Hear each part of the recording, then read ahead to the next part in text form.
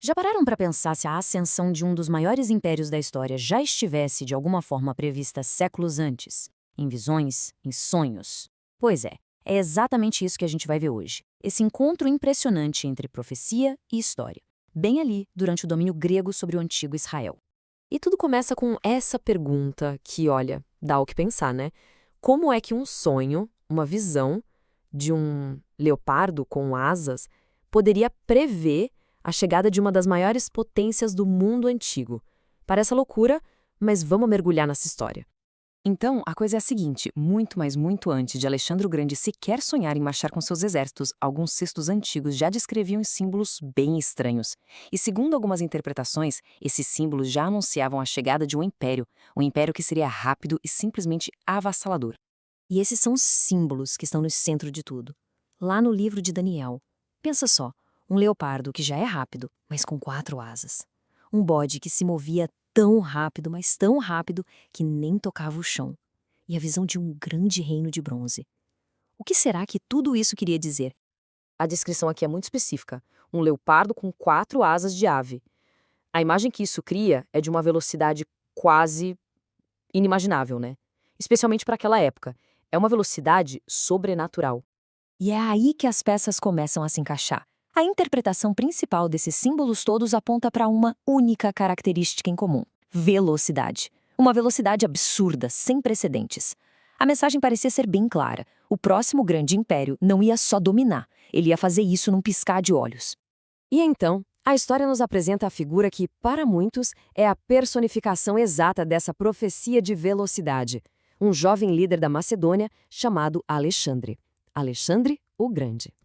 Olhando essa linha do tempo, a gente entende o porquê. É simplesmente impressionante. Em 334 a.C., ele invade a Pérsia. 2 aninhos depois, já está no Egito. No ano seguinte, derrota de vez o poderoso rei persa, Dario III. Em menos de uma década, ele já tinha chegado até a Índia. É essa rapidez absurda que faz muita gente conectar a campanha dele com aquelas imagens do leopardo alado. E aqui a gente vê a conexão com aquela outra parte da profecia, a do Reino de Bronze. O Império de Alexandre se tornou a terceira grande potência mundial a dominar aquela região. E era um domínio que se estendia por praticamente todo o mundo que eles conheciam na época.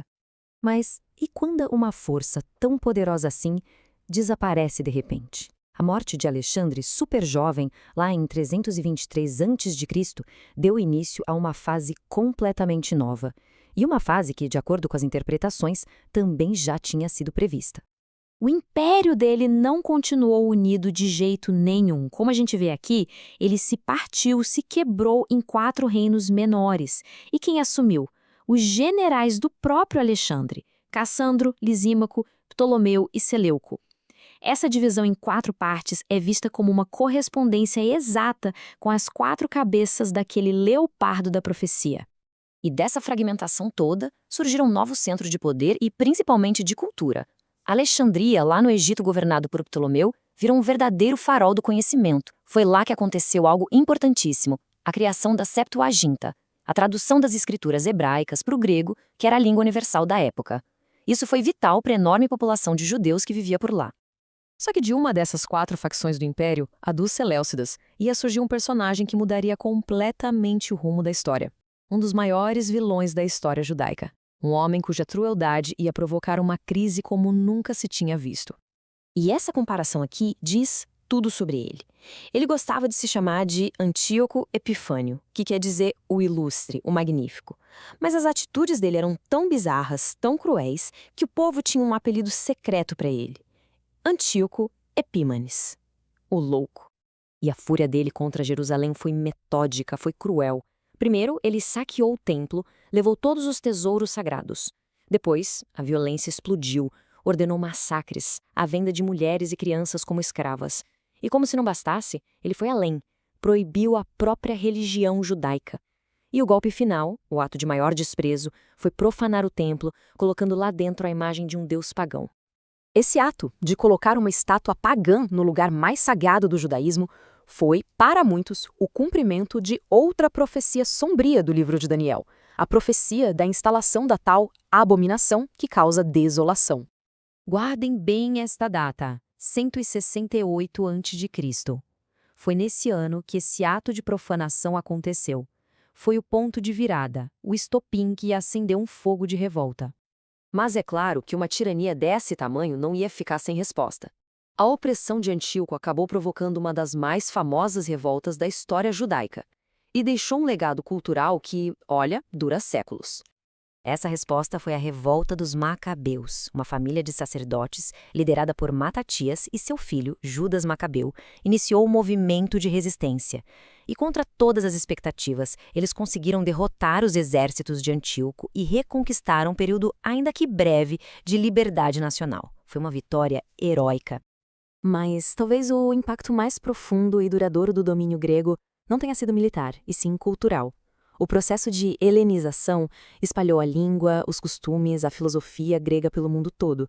E isso acabou criando uma divisão dentro da própria sociedade judaica. De um lado, os que adotaram essa nova cultura, e do outro, os que se apegaram firmemente às suas tradições. E no fim das contas, a liberdade que os macabeus conquistaram com tanto esforço foi temporária. A nação, muitas vezes enfraquecida por conflitos internos, acabou se tornando um alvo fácil para a próxima superpotência que já surgia no horizonte. O cenário estava sendo preparado para a chegada de Roma. E tudo isso nos leva a uma reflexão final. A história do domínio grego sobre Israel é muito mais do que só uma história de impérios e batalhas. É uma história sobre identidade, sobre resistência. E nos faz pensar, quando a fé de um povo e uma cultura dominante entram em rota de colisão, o que é preciso, afinal, para que esse povo consiga perseverar?